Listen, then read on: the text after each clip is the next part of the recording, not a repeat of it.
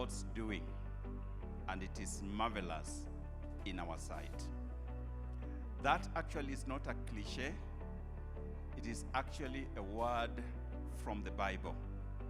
It is found in the book of Psalms. In the book of Psalms 118, it is believed that this psalm was written in the time of David's kingship, and it was David's song of thanksgiving for what God had done for him by shaming his enemies and granting him leadership.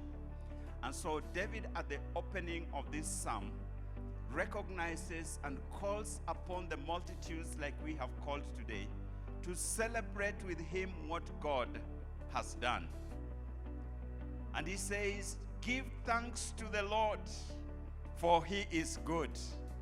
His love endures forever." Let Israel say, "His love endures forever." Let house of Aaron say, "His love endures forever." Let those who fear the Lord say, "His love endures forever." It gives you an impression of a man who was deeply, deeply grateful to God for the things that God had done in his life. And so he calls on the whole nation, from the priests to the leaders to every member of the society, to come and celebrate what God has done. He implores the priests to join him in celebrating God's goodness. He encourages the multitude who fear God to come and celebrate God's goodness. Why was David so excited about God? Because God had proved to be dependable. God had proved to be a person you can rely on.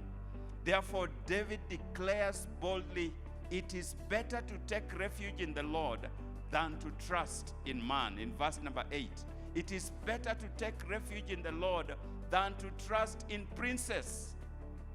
Here was a just cause for David to rejoice. God had proved himself to be a dependable God.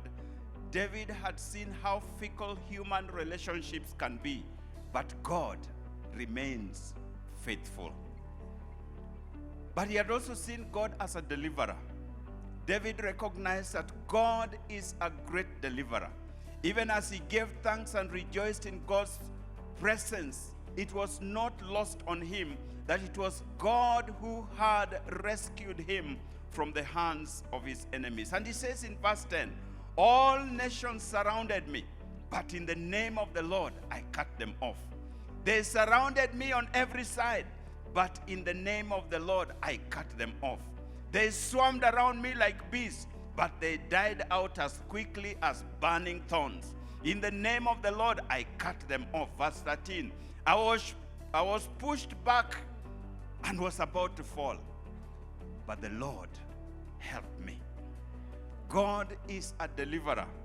And so in the time when David was under siege, God came through and rescued him. David could not help, therefore, and acknowledge the goodness of the Lord. Therefore, he calls upon the crowd and says in verse 15, "Shout of joy and victories resound in the tents of the righteous. The Lord's right hand has done mighty things." The Lord's right hand is lifted high. The Lord's right hand has done mighty things.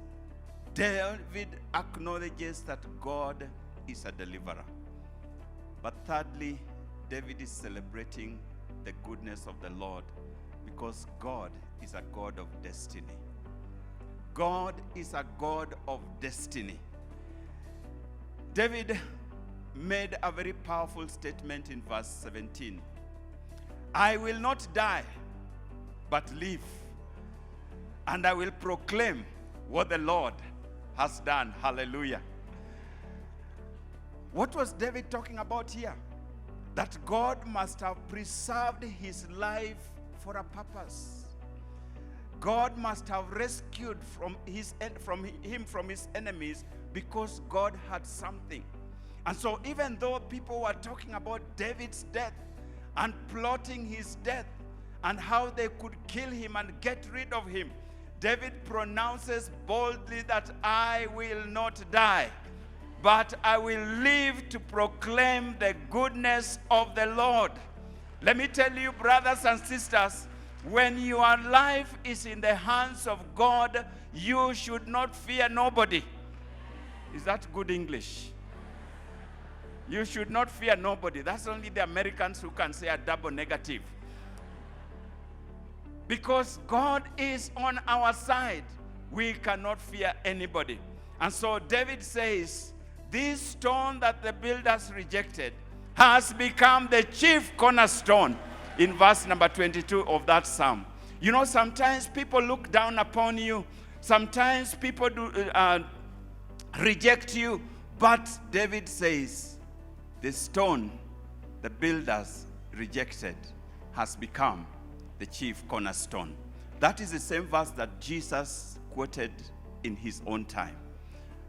David acknowledges that his designation and becoming king over Israel was an act of God.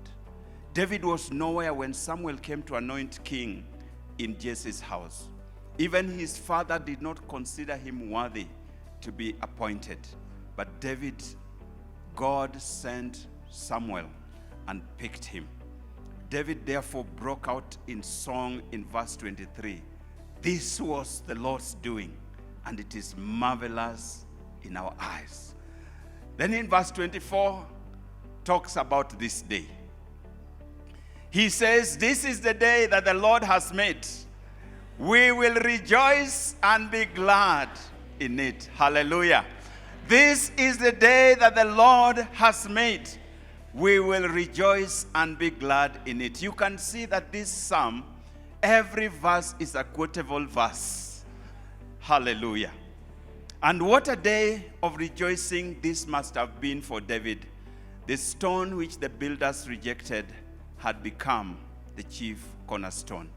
No wonder David looks over his life and he looks at what God has done for him, and he says, this is the Lord's doing. It is marvelous in our eyes.